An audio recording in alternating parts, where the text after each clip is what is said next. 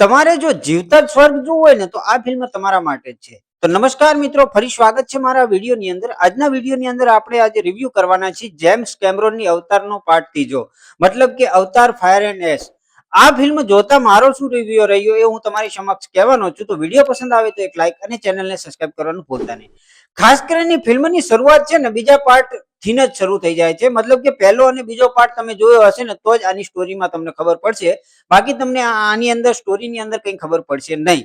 પરંતુ હા, આ જે છે ફિલ્મ છે ને એ વીએફએક્સ માટે બેસ્ટ છે. મતલબ કે જો તમારે જીવતા સ્વર્ગ જોવું હોય ને તો આ ફિલ્મમાં તમે સારી રીતે જોઈ શકો છો. મતલબ કે જે પેન્ડોરા નામની દુનિયા છે એ દુનિયાની અંદર લોકો કઈ રીતે રહે છે, એમની રહેણી કહેણી કઈ છે, સાથે સાથે એમના દેવી દેવતાઓ કયા છે, સાથે સાથે એમના વાહનો કયા છે, એ બધું જોવાની સખત મજા આવે છે.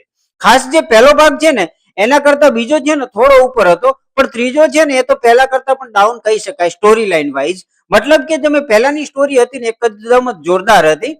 બીજા ભાગની અંદર થોડી સ્ટોરી છે ને અપ થઈ હતી, પણ ત્રીજા ભાગની અંદરની જે સ્ટોરી છે ને એ બિલકુલ જ નહીવત. મતલબ કે એની પાછળ કોઈ ખર્ચ જ ના કર્યો એવું લાગી રહ્યું છે. સૌથી વધારે જે ખર્ચ કર્યો છે ને આ ફિલ્મની અંદર તો એ છે વીએફએક્સ ની અંદર, એવું મને લાગી રહ્યું છે. કારણ કે વીએફએક્સ ની અંદર જે ખર્ચ થયો છે ને એ તમને નજર સામે દેખાય છે. મતલબ તમે જાણી શકો છો કે આ ફિલ્મની અંદર કોઈ પણ એક એવો સીન તમે લઈ લેશો કે જેની અંદર તમે વીએફએક્સ નું કહેવાય કે કોઈ ગલતી ઢૂંઢવાની કોશિશ કરશો ને તો ફિલ્મમાં કોઈ પણ એવો સીન તમને જોવા નહીં મળે. મતલબ કે વીએફએક્સ ની અંદર જે ખર્ચ કર્યો છે ને એ દેખાય છે. અને જે નવી દુનિયા ક્રિએટ કરી છે પેન્ડોરાની, એની અંદર પણ તમે જો પહેલા ભાગમાં જોયું હતું કે ધરતી ઉપરની લડાઈ ને એવું બધું બતાવવામાં આવ્યું હતું.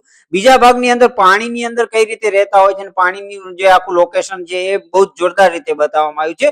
અને ત્રીજા ભાગની અંદર મને એવું હતું કે આની અંદર મતલબ આગવાળી કોઈ દુનિયા હશે ને આનું કંઈક ક્રિએટ કર્યું હશે, પણ આની અંદર એવું નથી. આ જે વિલન છે ને એ જ વધારે ભાગ કહેવાય કે અગ્નિનો ઉપયોગ કરતો હોય છે, મતલબ ફાયરનો ઉપયોગ કરતો હોય છે.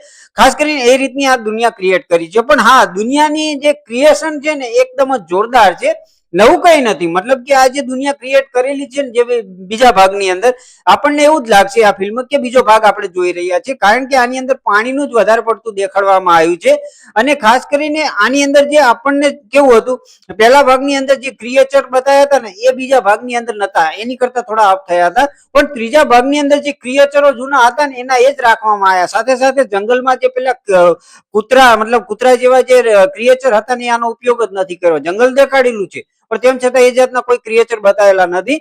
અને આપણને એવું હતું આગળ જતા એમ થતું હતું કે ફિલ્મને એન્ડ સુધીમાં કોઈક એવો સારો ક્રિએચર બતાવશે, પણ એવું કોઈક જાતનું કહેવાય કે એનિમલ એ ટાઈપના કોઈ બતાવ્યા નથી. હા, મતલબ કે તમે જે દુનિયા જોવો છો ને પેન્ડોરાની એ એકદમ જ સરસ બતાવેલી છે, પણ એનિમલ ની અંદર થોડું તમારે ડાઉટ રહેશે. મતલબ કે નવા કોઈક જાતના ક્રિએચર દેખાશે નહીં આ ફિલ્મની અંદર. જે જૂના છે ને એના એ જ જોવા મળશે. હા, આની અંદર થોડી જેલી ફિશ બતાવેલી છે, મતલબ જે ફિશ આવે છે જે દરિયાની ફિશ જેલી ટાઈપની, એ ટાઈપની આની અંદર બતાવેલી છે. બાકી બીજું કઈ નવું કઈ ખાસ કરીને આપણને જોવા નથી મળતું. હા, નવા વાહનો બનાવ્યા છે જે હવામાં ઉડતા હોય ને એ પ્રકારે પેલા જે પતંગિયા ટાઈપના હોય છે એ સારું જોતા મજા આવે છે. સાથે સાથે બહુ બધા ડુંગર એવા બતાવ્યા છે જે તરતા દેખાડેલા છે, પથ્થરો, એ પણ જોવાની ખાસ મજા આવે છે. બાકી કહેવાય ને કે ફિલ્મની જે માઇનસ પોઈન્ટ છે ને એ તમે સ્ટોરીમાં જોઈ શકો છો. બાકી બધી જગ્યાએ પ્લસ પોઈન્ટ જ છે. એના વીએફએક્સ સારા છે. બેકગ્રાઉન્ડ સ્કોર ની વાત કરીએ તો એવું બધું કઈ બેકગ્રાઉન્ડ મ્યુઝિક તમને યાદ નહીં આવે. ખાસ કરીને ફાઇટ સીન ની અંદર બધી જગ્યાએ ખાસ છે ને કોઈ પણ પ્રકારનું કહેવાય ને કે મ્યુઝિક જ નથી મૂકવામાં આવ્યું, તો એ ખાસ થોડુંક માઇનસ પોઈન્ટ ગણી શકાય છે. બાકી જે વીએફએક્સ માં છે 100% કહેવાય કે 99% એની અંદર કોઈ પણ પ્રકારની ભૂલ તમને જોવા નહીં મળે. જે તમે જોવો છો ને તમે કહેવાય કે આ ક્રિએટ કરેલી દુનિયા છે, પણ લાગશે તમને એવું કે આ હકીકતની દુનિયા છે. એ ટાઈપનું તમને ફીલ જરૂર કરાવે છે. ખાસ કરીને ફિલ્મ એકદમ જ એક વખત તો જરૂર જોવી જોઈએ. એકદમ સારી છે, મતલબ કે એટલી બી ખરાબ નથી. વીએફએક્સ માટે ક્યાં જોવું હોય ને તો આ ફિલ્મ તમે એક વખત જરૂર જોઈ શકો છો.